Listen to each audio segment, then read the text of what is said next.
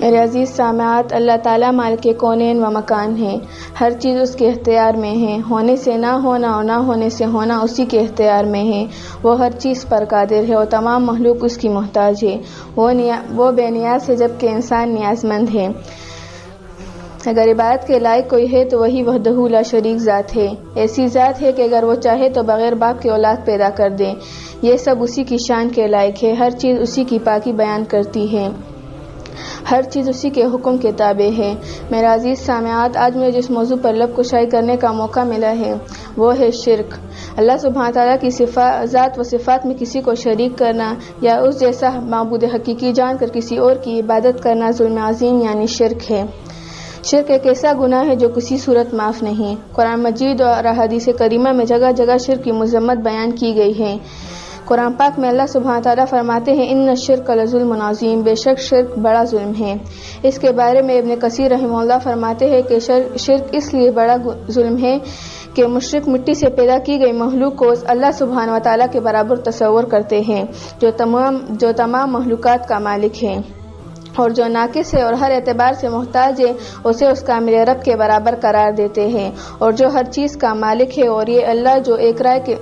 اور یہ لوگ جو ایک رائے کے دانے کے برابر نعمت کے حصول پر بھی قدرت نہیں رکھتے اسے اس اللہ سبحانہ و تعالیٰ کے برابر کر دیتے ہیں کہ جو دنیا میں ہر قسم کی نعمتیں لوگوں کو عطا کرتا ہے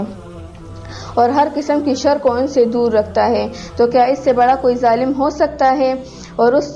شخص سے بڑا ظالم اور کون ہو سکتا ہے جسے اللہ سبحانہ تعالیٰ نے صرف اپنی عبادت کے لیے پیدا کیا، لیکن اس نے اپنے آپ کو اللہ کے سامنے جھکنے کے بجائے غیر اللہ کے سامنے جھکا دیا،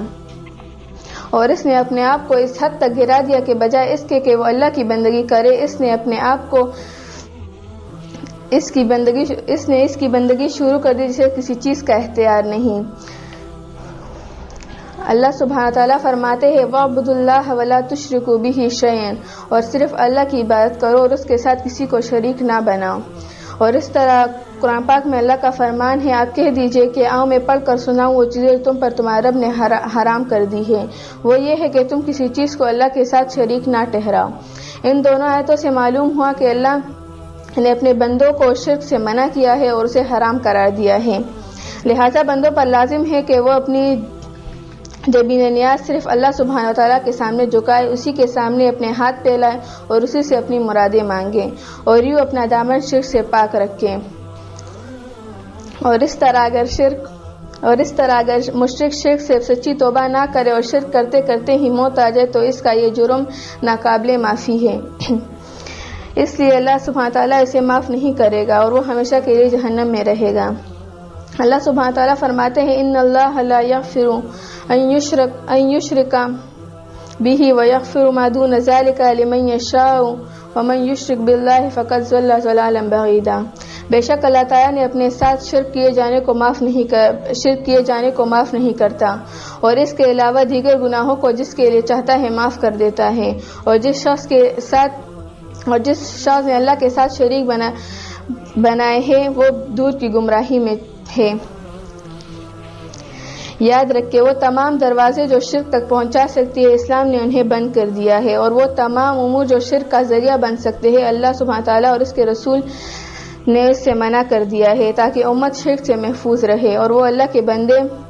اللہ کی توحید پر قائم اور دائم رہے۔ تو ہمیں چاہیے کہ ہم رسول اللہ صلی اللہ علیہ وسلم کے بتائے ہوئے راستے پر چلیں اور شرک جیسی بڑی گناہوں سے اپنے آپ کو اور اپنے اہل عیال کو دور رکھے۔ اللہ ہمیں شرک جیسے بڑے ظلم و گناہ سے محفوظ رکھے، آمین ثم آمین، وآخر الدعوانا الحمد للہ رب العالمین۔